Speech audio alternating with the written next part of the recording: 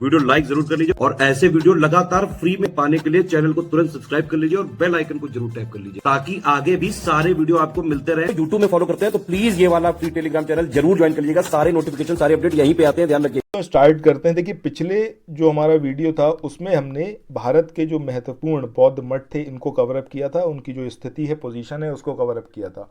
आज हम उससे एक कदम आगे बढ़ेंगे और देखेंगे क्षेत्र और गणराज्य के बारे में। तो यहाँ पर जो क्षेत्र दिए हुए हैं और जो गणराज्य हैं इनको आपको एज इट इज़ याद रखना है। जहाँ कहीं लगेगा ट्रिक बन सकती है वहाँ हम ट्रिक के माध्यम से करेंगे, अदरवाइज याद तो आपको रखना ही है। बहुत इंपॉर्टेंट ये पूरा लिस्टिंग वाला सीरीज़ है, इसको ज़रूर देखिए, अपने फ्रेंड्स में सर्कुलेट भी करिएगा लिंक को। सही है, चलिए। गणराज्य बुली, यहाँ की हम बात करें तो क्या है भैया, ये आपका अलकप, ठीक है, क्षेत्र। वहीं पीपली वन, ये जो क्षेत्र आता है ये किसके अंदर आता है, आपका मौर्य या फिर मौर्य गणराज्य के अंतर्गत। अब पीपली वन तो मुझे लगता है आप सबको अच्छे से पता होगा। अच्छा, ये बताइएगा जरा पीपली वन के बारे में क्या कुछ जानते हैं, कौन से जो धर्म है उससे इसका रिलेशन है। मुझे लगता है कि आप लोग ज़रूर जानते होंगे। इसके बाद कपिल वस्तु की बात करें, ये तो हर कोई जानता है। अच्छा, कपिल वस्तु का ही बताइएगा कौन से, मतलब किससे ये रिलेशन में है कपिल वस्तु। पावा की बात करें तो ये भी आपका सबको पता होगा, मल्ल गणराज्य, ठीक है। चलिए आगे हम मूव ऑन करते हैं। जो मैं पूछ रहा हूँ उसको बताते भी चलिएगा कमेंट सेक्शन में, ऐसा मत करिएगा कि बताएं ही ना।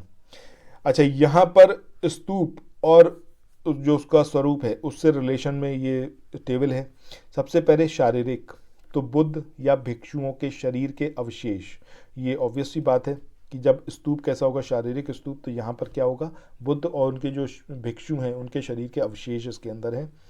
वहीं उद्देश्य की बात करें तो इसमें किसी उद्देश्य की, ये नाम से ही पता चल रहा है, उद्देश्य मतलब उद्देश्य की पूर्ति के लिए बनाए गए हैं। कुछ एक इन्फॉर्मेशन है आप लोगों के लिए जो बहुत इंपॉर्टेंट है। अगर आप लोग उत्तर प्रदेश पीसीएस की तैयारी कर रहे हैं, आप आरओ की तैयारी करना चाहते हैं, बीईओ की तैयारी करना चाहते हैं, इन तीनों एग्जाम की अगर आप तैयारी करने चाहते हैं तो स्टडी फॉर सिविल सर्विसेज के कोर्सेज को आप ज्वाइन कर सकते हैं कंप्लीट तैयारी के लिए। ये वन स्टॉप डेस्टिनेशन है, यहाँ पर आपको सब कुछ मिलेगा, जिसमें स्टडी मटेरियल रहेगा, टेस्ट सीरीज रहेंगी, पेड क्विज रहेंगी, सब कुछ आपको एक ही जगह पर मिलेगा। और ये सब कुछ सफिशिएंट होगा आपके एग्जाम को क्रैक करने के लिए, एग्जाम को निकालने के लिए। लेटेस्ट ग्रुप स्टार्ट हो चुके हैं और उन ग्रुप में आपको एडमिशन लेने के लिए सिंपली जो ये नंबर मैं आपकी स्क्रीन पर लिख रहा हूँ, इन नंबर्स पर आप कॉल कर सकते हैं। 8564880530, इस नंबर पर आप संपर्क कर सकते हैं। इसके अलावा 9696066089 इस नंबर पर कांटेक्ट कर सकते हैं, या फिर आप 7523864455 इन तीनों में से किसी भी नंबर पर कॉल करके आप हमसे संपर्क कर सकते हैं और ये लेटेस्ट ग्रुप जो है इसमें आप एडमिशन ले सकते हैं। इसी तरीके से आगे देखें तो अगला है आपका परिभौगिक। अब ये इसमें बुद्ध और भिक्षुओं के द्वारा उपयोग की गई वस्तुएं हैं। जो भोगना, भोगने से ही समझ में आ रहा है कि भैया जो उनके द्वारा भोगी गई वस्तुएं थी उनके बारे में है ये स्तूप। इसके बाद पूजार्थक और संकल्पित, ये क्या है आपका, पूजा हेतु बने छोटे स्तूप। ये अपने नाम से अपने आप को बता रहे हैं कि ये इनका स्वरूप कैसा है, ठीक है। आगे बढ़ते हैं। यहाँ पर संप्रदाय और संस्थापक, दिस इज वेरी एसेंशियल और वेरी इंपॉर्टेंट। नित्यवादी, नित्यवादी ये जो संप्रदाय है इसको पकुत, कच्चायन, इनके द्वारा इसको स्थापित किया गया था। उच्छेदवादी या फिर भौतिकवादी, अजीत केशकम्बालिन, ठीक है, अजीत केशकम्बालिन, इनके द्वारा इसको स्थापित किया गया था। इसी तरीके से आजीवक संप्रदाय, भाग्यवादी, जो भाग्य के भरोसे रहते हैं, वो क्या है आपका, मक्खली पुत्र गोसाल, इनके द्वारा इसको स्थापित किया गया था या फिर संस्थापित किया गया था। आगे हम देखें तो घोर अक्रियावादी, ये पूरन कश्यप, इनके द्वारा इसको स्थापित किया गया। संदेहवादी, आज्ञेयवादी या फिर अनिश्चयवादी, तो ये आपका संजय बेलिट पुत्र, इनके द्वारा इसको स्थापित किया गया। के बाद ये जो आप टेबल देख रहे हो ना, ये बहुत ही ज़्यादा इंपॉर्टेंट है। यहाँ से क्वेश्चन ज़रूर अराइज होता है कि मौर्यकालीन के जो प्रमुख तीर्थ थे यानी कि उच्च अधिकारी थे, उनसे रिलेटेड ये पूरा है, ठीक है, कि किस चीज़ के वो अधिकारी थे। ये टेबल बहुत इंपॉर्टेंट है। सबसे पहले हम बात किसी करें पुरोहित की, तो पुरोहित क्या होता था, वो धर्म का अधिकारी होता था, ये तो आप इसके नाम से ही समझ रहे हैं। और यही प्रधानमंत्री भी होता था, मतलब कितनी ज़्यादा इंपॉर्टेंस थी इसकी। अगला है आपका सन्निधाता। सन्निधाता राजकोषीय कोषाध्यक्ष था, ठीक है, राजकोषीय कोषाध्यक्ष था। कौन, सन्निधाता। व्यवहारिक, इसकी बात करें तो दीवानी न्यायालयों का जो न्यायाधीश होता था वो क्या होता था आपका अ, व्यवहारिक। ठीक है। अच्छा, ये कैसे याद रहेगा, ये थोड़ा सा यहाँ पर ट्रिकी है। अच्छा, जैसे ही आप यहाँ पर ये नाम देखेंगे ना इसका, तीर्थ का, तभी आपके दिमाग में क्लिक होना चाहिए कि ये किससे रिलेटेड हो सकता है। अब यहाँ पर देखिए, व्यवहारिक यानी कि किसके बारे में बात हो रही है, व्यवहार के बारे में बात हो रही है। यहाँ सिर्फ मैं आपको याद रखवाने के लिए बता रहा हूँ ये, या फिर हम बिहेवियर की बात करें। ठीक है, तो इसके नाम से आपको सिंपली एक वर्ड दिमाग में आएगा, व्यवहार या फिर बिहेवियर। बिहेवियर, अगर आप सबसे मतलब बढ़िया बिहेवियर देखें तो जो दीवाने होते हैं, ठीक है, थोड़ा सा मैं यहाँ पर उससे लिंक कर रहा हूँ, बट याद रहने से मतलब है, जो दीवाने होते हैं उनका बिहेवियर देख लिए दुनिया से परे होगा, वो कुछ भी कर जाएंगे। ठीक है, तो जब मैंने बोला दीवाने, तो यहीं से आपको आएगा कि दीवाने या फिर दीवानी, समझ रहे हैं।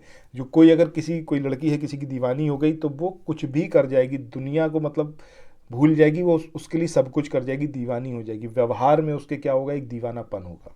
इस तरीके से यहाँ पर इसको आप याद रखने की कोशिश कर सकते हैं। इसके बाद नेक्स्ट हम बात करें, अगला है आपका नागरक। नागरक, इसके नाम से ही पता चल रहा है भैया, अगर मैं यहाँ पर क्या करूँ, ये आका डंडा हटा दूँ और नगर कर दूँ तो यहाँ से आपको तुरंत याद आ जाएगा, अच्छा नगर। ठीक है, नागरक यानी कि नगर का प्रमुख अधिकारी। ठीक है, नगर का प्रमुख अधिकारी नाम बताएगा कि आंसर क्या हो सकता है। अगला है आटविक। आटविक, जो आपने अगर हिंदी पढ़ी है तो अटवी क्या होता था, वन होता था। ठीक है, वन का एक पर्यायवाची है ना अटवी, तो ये वन का जो विभाग था उसका प्रधान अधिकारी होगा, क्योंकि इसका नाम क्या है, आटविक। जहाँ पर विक मिल गया, आखिरी में का दिख रहा है, तो वो क्या है, एक प्रधान के लिए ही यहाँ पर बात हो रही है। ठीक है, नागरक मतलब नगर का प्रधान, आटविक मतलब वन का प्रधान, व्यवहारिक यानी कि व्यवहार जो दीवानी न्यायालय है उसका प्रमुख अधिकार, प्रमुख न्यायाधीश। ठीक है, यहाँ पे का बस मेंशन कर लीजिए। इसके बाद सन्निधाता, जो अपने पास सब कुछ उठा के रख ले। ठीक है, मतलब राजकोषीय कोषाध्यक्ष। इसके बाद पुरोहित, इनका तो खैर बात ही क्या है, तो आपको ऐसे ही याद रहेंगे कि भैया जो धर्माधिकारी हैं या प्रधानमंत्री हैं वही कौन है, पुरोहित हुआ करते थे उस टाइम पर। अच्छा, इसके बाद अगला जो है, इसमें बात किसकी हो रही है, समाहर्ता की। ठीक है, अब ये जो समाहर्ता है, समाहर्ता की अगर हम बात करें तो ये राजस्व विभाग का प्रधान या फिर राजस्व संग्रहण करने वाला। ठीक है, रेवेन्यू कलेक्ट करने वाला, उसको संग्रहित करने वाला समाहर्ता। हर्ता का मतलब है जो सब कुछ आपका हर ले, सब कुछ आपसे छीन ले। ठीक है, छीन क्या लेगा भैया, रेवेन्यू, जो भी तुमने कमाया वो सब छीन लिया।